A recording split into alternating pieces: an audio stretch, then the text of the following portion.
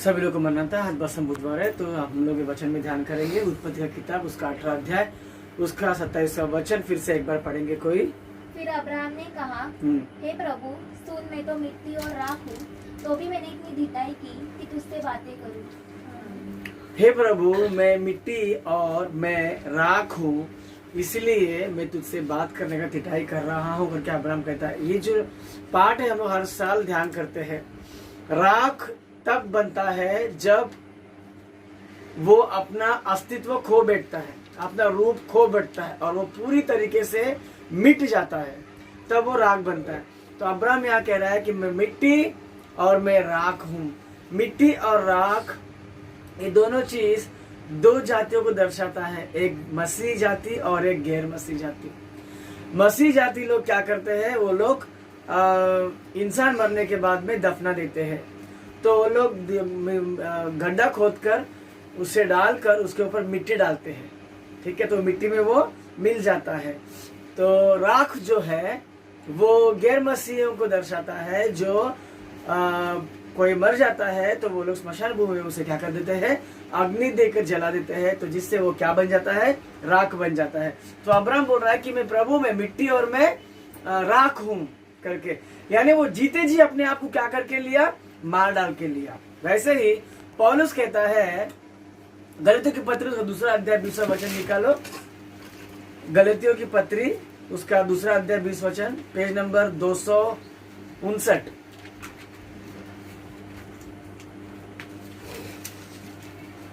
गलतियों की पत्री 2 अध्याय उसका 20वां वचन, पेज नंबर होगा 259, पेज नंबर होगा 220। मैं मसीह के साथ क्रूस पर चढ़ाया गया हूँ। मैं मसीह के साथ क्रूस पर चढ़ाया गया हूँ। अब मैं जीवित न रहा, अब मैं जीवित न रहा, पर मसीह मुझ में जीवित है। पर मसीह मुझ में जीवित है। बस पौलुस कहता है, पौलुस लिखता है गलतियों को कि मैं क्या बोलता है, वो कह रहा है कि मैं मसीह के साथ क्रूस पर चढ़ा दिया गया और मैं अब जीवित नहीं हूँ। अब मुझ में कौन जी रहा है, बोलता है मुझ में मसीह जी रहा है। पौलुस ने क्रूस पर क्या चढ़ा दिया हमारे में, मैं को। हम लोग हमेशा मैं करते हैं ना, आदमी लोग होते हैं जो लोग मैं करते हैं। मैंने ये किया, मैंने वो किया, मैंने वैसा किया, मैं बड़प्पन, मैं सुंदर हूँ, मैं ज्ञानी हूँ, मैं भक्ति वाला हूँ, मैं अच्छा प्रार्थना करता हूँ, हाँ करके, और मैं अच्छी प्रभु की बात जोता हूँ, मैं उपवास अच्छा रखता हूँ। तो ये जो मैं वालापन है, प्रभु ने क्या क्या इसको, पौलुस कहता है जो मैं वालापन, मैं को क्या क्या बोलते हैं, उसने क्रूस पर चढ़ा दिया। अब वो नहीं जी रहा है, परंतु कौन जी रहा है, मसीह उसमें जी रहा है। तो हमें भी इस राख बुधवार वाले के दिन, इस भस्म बुधवार वाले के दिन, इस मिट्टी वाले बुधवार वाले के दिन मैं वालापन जो होता है उसे क्या करने का, मार डालने का। सभी लोग का ध्यान रहा वचन पे, आज के वचन पे। मैं वालापन जो होता है वो क्या करने का, उसको मार डालने का। यानी मैं जो दारू पीने वाला हूँ, मैं जो फलाना खाने वाला हूँ, मैं जो चुगली लगाने वाला हूँ, मैं जो पाप करने वाला हूँ, मैं जो गलत, जो भी मैं तुम में है प्रभु के खिलाफ, उसको क्या करना चाहिए, हम लोग आज के दिन से क्रूस पर चढ़ा देना चाहिए। पौलुस कहता है कि मैंने क्रूस पर चढ़ा दिया, मैं अभी जीवित नहीं हूँ, अब मुझ में कौन जी रहा है, बोलता है मसीह जी रहा है। पौलुस ने मैं वालेपन को चढ़ाया क्रूस पर। हमें भी क्या करना चाहिए, जो भी मैं वालापन है उससे क्या करने का, मार डालने का। मर गया वो दोबारा नहीं आता। जो राख बन गया, अब्राहम मतलब मैं राख हूँ। एक बार राख बनने के बाद फिर से वो अपने रूप में आता है क्या, आ सकता है, नहीं आता है। कोई मर गया, तुमने उसको दाग दिया, तुमने जलाया उसको और राख बन गया, राख बनने के बाद फिर से आएगा वो, नहीं। तो अब्राहम कहता है कि मैं मिट्टी हूँ और मैं राख हूँ, यानी जो भी प्रभु को पसंद नहीं है, यानी प्रभु से बात करते वक्त जो चीजें बीच में आ रही है ना, उसको उसने राख बना दिया। प्रभु से बहुत लंबा चौड़ा बात कर रहा था उसको, प्रभु से बहुत उनको एक भेद जानने का था। अगर वहां 50 रहेंगे तो क्या करेगा, उसमें 10 कम होगा तो क्या करेगा, और कम होगा तो क्या करेगा, और कम तो क्या करेगा, और इतना बड़ा ज्यादा उसको प्रभु से बात करने का था। तो जो भी प्रभु से अब्राहम से प्रभु के दौरान बात करते समय, हाँ, जब कोई बीच में आया, अब्राहम को मालूम पड़ा, वो सारे चीजों को अब्राहम ने क्या कर दिया, राख और मिट्टी बना दिया। बोलता कि मैं धूल और मैं राख हूँ, मैं बिल्कुल भी उसके लायक नहीं हूँ, और मैं जिंदा नहीं हूँ, मैं जीरा भी नहीं हूँ। मैंने क्या पढ़ा, गलती 2:20, मैं मसीह के साथ क्रूस पर चढ़ा, मैं मसीह के साथ क्रूस पर चढ़ा दिया गया, खत्म, चढ़ा दिया गया वो। अब मैं जीवित नहीं रहा, अब मुझ में मसीह जीवित रह रहा है। मुझे बोलो, ये पौलुस लिख रहा है गलती कुछ पत्री, तो क्या पौलुस जीवित नहीं है? वही लिख रहा है। गलतियों के पत्री का फर्स्ट पेपर निकालो, उसमें हेडिंग क्या लिखा है, पहले अध्याय के ऊपर, अरे बाबा और कुछ नहीं, पीछे, हाँ, क्या लिखा है हेडिंग सबसे बड़ा, हाँ, गलतियों के नाम पौलुस प्रेरित की पत्री। ये पत्री कौन लिख रहा है? पौलुस ही लिख रहा है। किसको लिख रहा है? किसके नाम पे लिख रहा है? गलतियों के नाम पे लिख रहा है। वो लिख रहा है ना, मतलब वो क्या मर गया? वो बोल रहा है कि मैं नहीं, उसके पहले क्या बोल रहा है? मैं मसीह के साथ क्रूस पर चढ़ा दिया गया।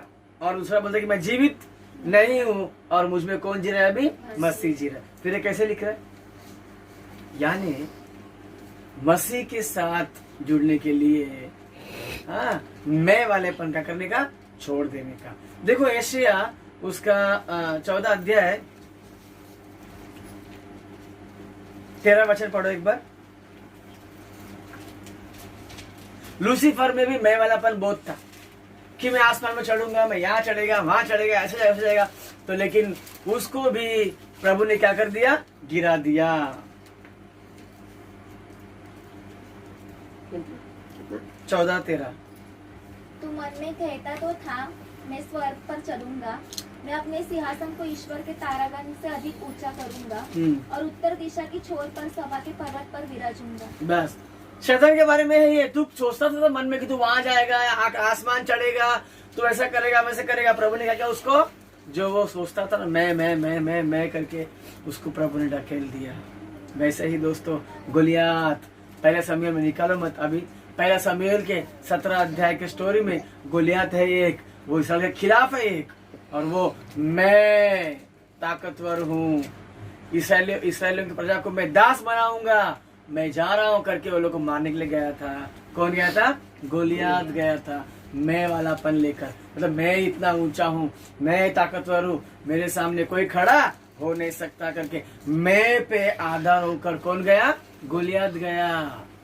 अब मैं पे आधार न होते हुए गोलियात किस पे आधार हो गया था? मैं पे। और दाऊद निकला गोलियात के सीधा उल्टा। गोलियात ने मैं पे आधार हुआ, मगर दाऊद मैं पे आधार न होते हुए प्रभु पे आधारित होकर वो आगे बढ़ा। किसको मारने के लिए? मैं को मारने के लिए। जो मैं पे आधार होता है ना, उसका अंत करना बहुत मुश्किल नहीं है। जो मैं पे आधार नहीं होता है उनको, ठीक है। तो गोलियात जो मैं पे आधार था, मैं ताकतवर हूं, मैं ऐसा करता हूं, और दाऊद जो मैं पे आधार नहीं था परंतु प्रभु पे आधार था, क्योंकि वो कहता है संग्राम किसका है? यहोवा का है।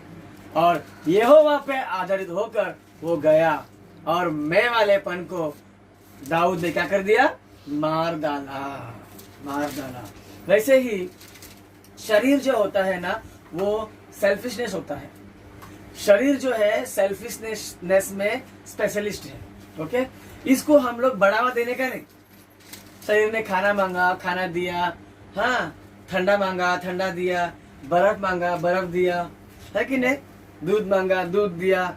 शरीर को बढ़ावा देने का नहीं, शरीर को दबोचना भी अपने को आना चाहिए उपवास के दिनों में।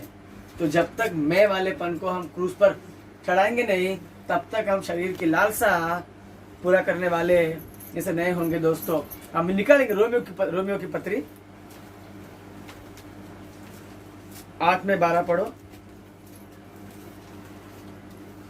रोमियो की पत्री उसका 8 में 12। इसलिए हे भाइयों, हम शरीर के कर्जदार नहीं कि शरीर के अनुसार दिन काटे। बस पौलुस ही बोलता है कि हे भाइयों, हम शरीर के कोई कर्जदार नहीं है कि हम शरीर के अनुसार दिन काटे। शरीर के अनुसार दिन काटे। शरीर के अनुसार दिन नहीं काटना, शरीर के खिलाफ दिन काटना। अब हमारे दिन आगे है 40 दिन, किसके खिलाफ चलने का? अपने को शरीर के खिलाफ। शरीर को भूख लगा, क्या करने का? उसको देने का नहीं, उस पर विजय पाने का। शरीर को लालसा हुआ कुछ अलग खाने का, अलग पीने का, क्या करने का? उसको देने का नहीं। किसको देने का नहीं? शरीर को देने का नहीं, क्योंकि उसको दबोचना, उसको कंट्रोल में रखना अपने को आना चाहिए। हम शरीर के, कितना अच्छा कहते पौलुस की, हम शरीर के कर्जदार नहीं है कि हम उसके अनुसार जिए, जीवन काटे। इसके लिए हम शरीर के कर्जदार बिल्कुल भी नहीं है। कहता है इसके शरीर को बढ़ावा देने का नहीं। और एक मैं आपको बोलता हूँ कि शरीर को, ठीक है, प्राधान्यता भी देने का नहीं। उसी रोमा में 7:18 में पढ़ो। क्योंकि मैं समझता हूँ कि इस समय के दुख और क्लेश इस महिमा के सामने जो हम पर प्रकट होने वाली है कुछ भी नहीं है।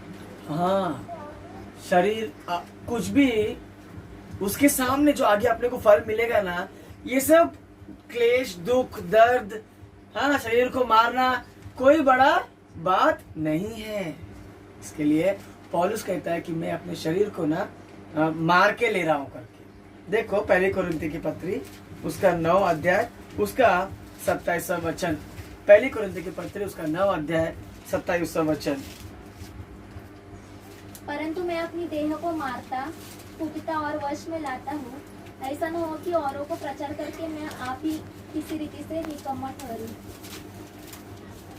फिर से पढ़ो। परंतु मैं अपनी देह को मारता, मैं अपनी देह को मारता, कूटता और वश में लाता हूँ, ऐसा न हो कि औरों को प्रचार करके मैं आप ही किसी रीति से निकम्मा ठहरूं। देखो पौलुस क्या बोलते हैं, वो क्या करता है? शरीर को क्या करता बोलते हैं? वो मारता हूँ। इतना ही नहीं, क्या करते बोलते हैं? और अरे नहीं, मारने के बाद क्या है? कूटता। हाँ, तो क्या आप लोगों को बाइबल रख के गोद में ऐसा कर रहे? मैं शरीर को मारता हूँ और मैं शरीर को कूटता हूँ, कहीं ऐसा ना हो, ठीक है, कि मैं कंट्रोल में ला नहीं सकूं। पौलुस जो कहता है कि मैं शरीर को मारता हूँ, शरीर को मैं कूटता हूँ, तो इस उपवास के दौरान देखो ये सब करना बहुत जरूरी है। देखो लोग बोलते हैं, अभी मैं बोलूंगा 2 साल पहले सिस्टर मेरे को मिले थे, कोई तुम लोग उपवास क्यों रहते हैं? यीशु मसीह ने कब का उपवास पकड़ा और खत्म हो गया उपवास, अभी तुम लोग को क्या जरूरत रहने की? फिर यीशु मसीह क्रूस पर चढ़ा, समाधि में रहा, जी उठा, स्वर्गारोहण हो गया कि नहीं हो गया? जी उठ के चला गया। उसके बाद पौलुस क्या बोलता है? मैं अपने आप को क्रूस पे चढ़ा दिया। मैं को क्रूस पे चढ़ा दिया, अब मैं नहीं जी रहा हूं। इसको क्या जरूरत है फिर पौलुस को? यानी यीशु मसीह के जरिए चलने की आवश्यकता अपने को भी है। अभी पौलुस कहता है कि मैं कोई बोलते हैं किधर लिखे है उपवास रहने का, बताओ मेरे को, बोलते हैं ना, बताओ मेरे को किधर लिखा है उपवास रहने करके? तुम लोग क्यों उपवास पकड़ता करके? यीशु ने पकड़ा उपवास, वो बहुत बड़ा संत था, आदमी था, ये था, वो था, फलाना था, भगवान था, कुछ भी था, उसने क्या? तुम लोग क्यों करते हो? क्यों तुम शरीर को तुम लोग इतना कठिनाई में रखते हो करके? पौलुस क्या कहता है अभी यहाँ पे? जो ये वही पौलुस जो बोलता है कि मैं यीशु को देख के चला, तुम मेरे को देख के चलो। अब वही क्या बोलता है? मैं मेरे शरीर को क्या करता बोलता है? मारता हूं, और मैं शरीर को मैं क्या करता हूँ? कूटता हूँ। फिर ये उपास नहीं तो क्या है? ये उपास नहीं है तो क्या है? लगता है ये उपास है करके। मारता हूँ सही में, वो ऐसे मार के रहता क्या? वो भूख मार दो तो अपना शरीर क्या हो जाएगा? मर जाएगा।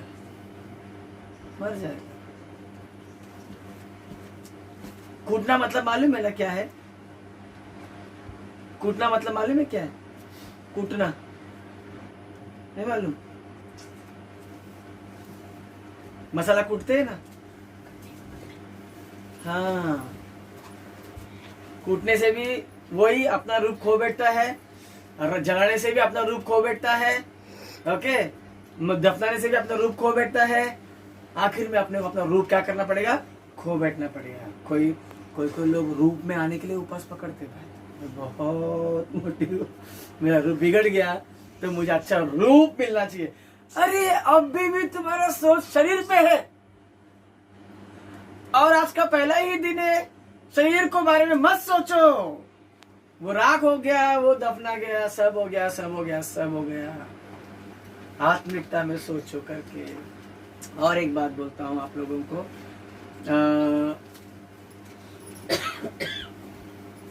इस्राएली लोग जब भी मिस्र देश से निकले थे, तब ये लोग रेफीदीम में उतरे थे। तभी अमालेकी लोग जो है ना, उनको आगे न बढ़ना चाहिए करके युद्ध करने के लिए आए उनके पास, याद है ना। तभी मूसा हाथ उठाया, तभी प्रार्थना करता था, तभी अपने लोग जीतते थे।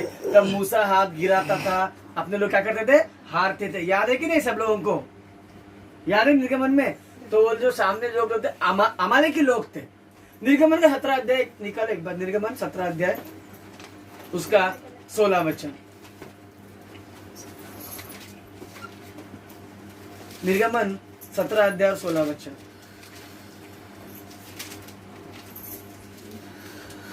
जल्दी, हमारे पास टाइम कम है बहुत। और कहा, यीशु ने शपथ खाई है कि यीशु ने शपथ खाई, यहोवा ने शपथ खाई है कि यहोवा अमालेकियों से पीढ़ियों तक लड़ाई करता रहेगा। फिर से अच्छे से पढ़।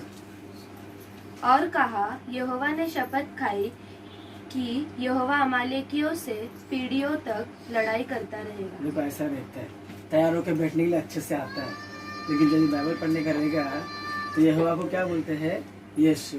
यीशु लिखा है यहोवा, बाकी सब टपक टकाटक तैयार होने के लिए मालूम है। लेकिन जब बाइबल की बारी, भक्ति की बारी आती है तो फिर मालूम पड़ जाता है, दूध का दूध, पानी का पानी। ऐसे पन को मारने के लिए ही बस स्टार्ट हो गया, शरीर को ध्यान देने का नहीं। फिर से पढ़ो बेटा। और कहा, यहोवा ने शपथ खाई है कि यहोवा अमालेकियों से पीढ़ियों तक लड़ाई करता रहेगा।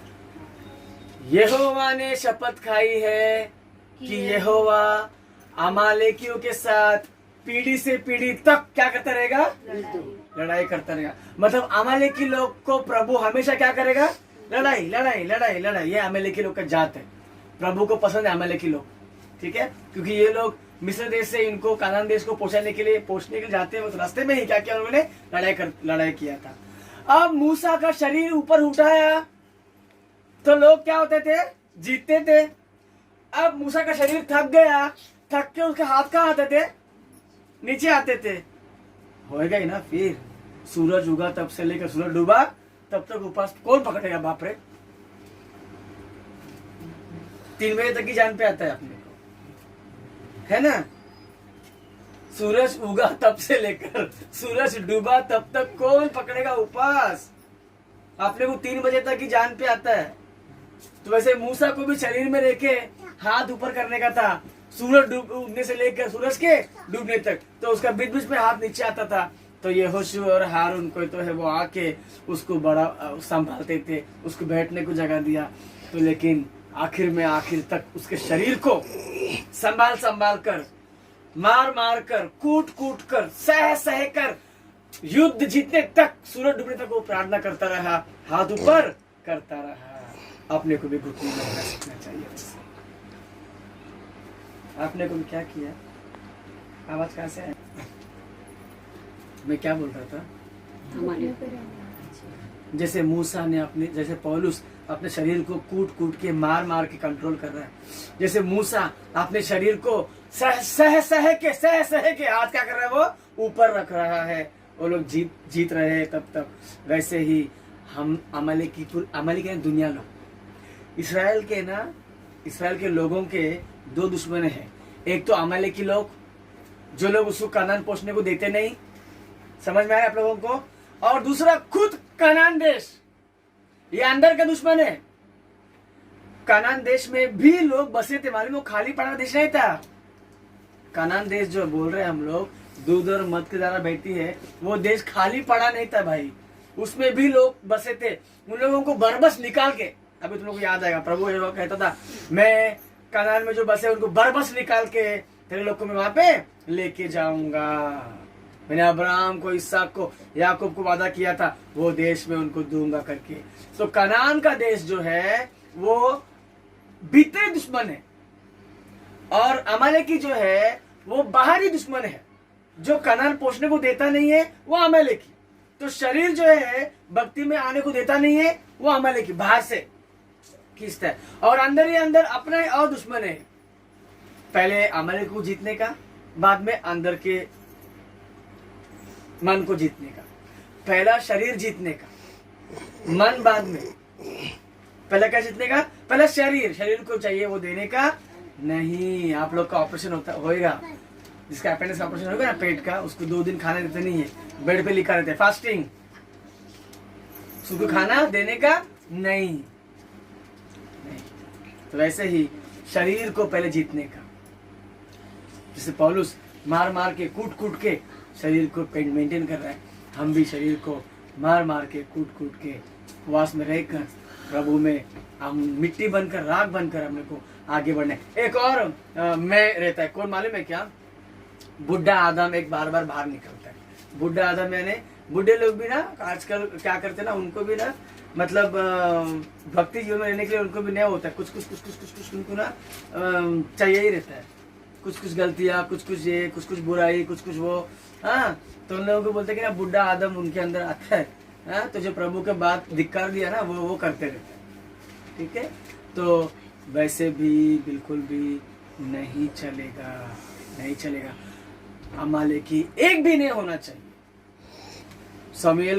शाऊल के जमाने में देखो, गिद्योन से, अभी ये बहुत भारी हो जाएगा आप लोगों को, लेकिन मुझे बोलना है, गिद्योन से लेकर अमालेकी तक, अमालेकियों को मारते रहे, हमेशा उन पर जीत पाते रहे। और यहोवा खुद प्रमाण दिया है, नूह को दिया वैसा कि मैं आइंदा कभी बरसात नहीं बरसाऊंगा, धनुष मेरे सामने उसका यादगार रहेगा। वैसे यहोवा स्वयं प्रमाण दिया इधर निर्गम 17-18 में कि अमालेकी के साथ पीढ़ी क्या रहेगा, बोलता है युद्ध रहेगा। तो ये जो आगे भी गिद्योन से लेकर ना अमालेकी के लोगों का युद्ध होता है दोस्तों। अब जब शाऊल राजा था ना, ठीक है, उसको भी सामना करना पड़ा अमालेकी लोगों की जिंदगी में। तो उसके मरते में शाऊल ने सभी लोगों को मार डाला, अमालेकी लोगों को, सब लोग को मार डाला। अमालेकी का एक राजा को क्या किया उसने? जिंदा छोड़ दिया। तो उसके लिए प्रभु का जो कोप है उसके ऊपर भड़कता था। अब शाऊल के बाद राजा कौन बना?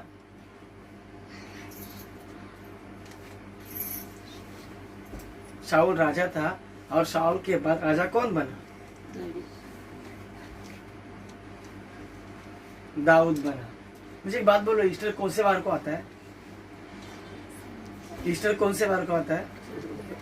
पिंकी बहन संडे बोल रहे, संडे आता है, कौन कौन मानते हैं? हाथ ऊपर करो।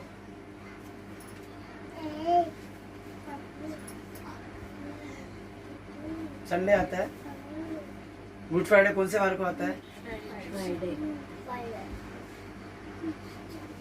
ना से बारे पूछा तो बोलते शुक्रवार को आता है ईस्टर।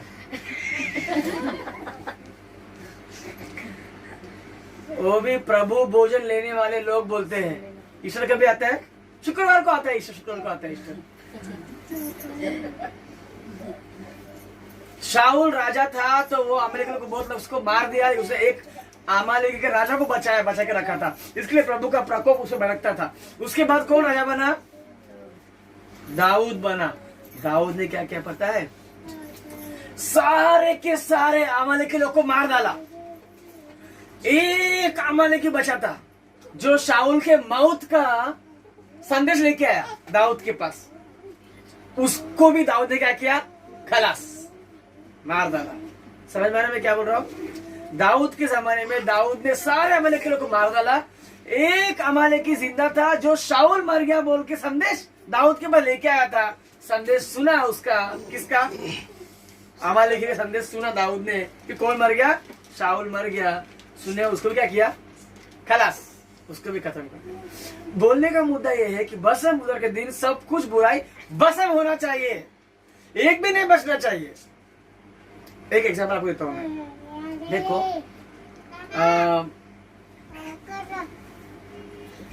बच्चा माँ के कोख में कितने महीने होता है, 9 महीने। 9 महीने होता है ना।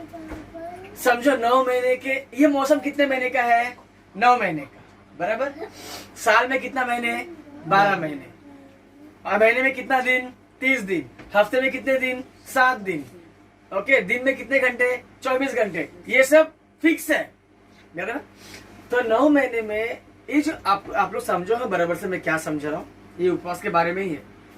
अगर वो गर्भवती कभी ठहरती है, जब एक स्त्री का हर महीने जो ऋतु रुक जाता है, इसका मतलब वो क्या होती है, गर्भवती होती है। ठीक है, ये दोबारा कब शुरू होता है, जब उसकी डिलीवरी पूरा का पूरा हो जाए, तब क्या होता है, दोबारा वो शुरू होता है।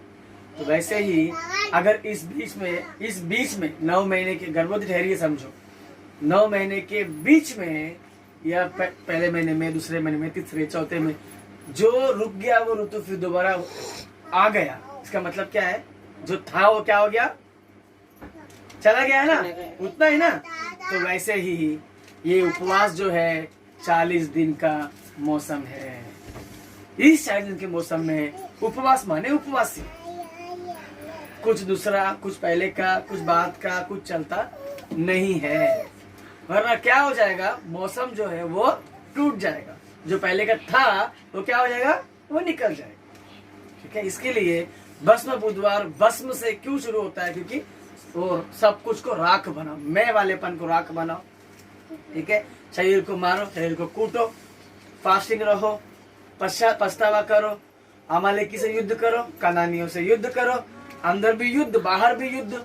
ठीक है, ये सब से जीतते हुए आगे बढ़ने का ये सब युद्ध है। इसके लिए हर दिन प्रार्थना आवश्यक है दोस्तों, आप लोग समझते नहीं है हर दिन प्रार्थना क्यों आवश्यक है। ये सब सीखना है, ये सब जानना है, ये सब जीतना है, इसलिए प्रार्थना आवश्यकता है। तो प्रभु जैसे दाऊद ने यहोवा के प्रमाण के जरिए हर एक अमालेकी को मार डाला गिन गिन कर, हम भी हमारे बाहरी दुश्मन जो अमालेकी यानी शरीर के दुश्मन है उसको भी मारते हुए, अंदर के मन के दुश्मन, अविश्वास के दुश्मन, जो भीतरी दुश्मन है उसको भी मारते हुए उपवास रहकर इस 40 दिन का मौसम को पूरा कर कर, जैसे एक माँ अपने कोख से अपना मौसम पूरा करके एक बच्चा एक नयापन को जानती है, वैसे ही हम भी अपने नया रूप को जानने की कृपा सदा प्रभु हमें देता रहे। आमीन। प्यारे प्रभु जी, जो वचन बोया पिता 100 गुना फलवंत हमें सुनने में, यीशु के महान नाम से मैं मांगता सुनकर कबूल कर। आमीन। सभी लोगों को मरना था।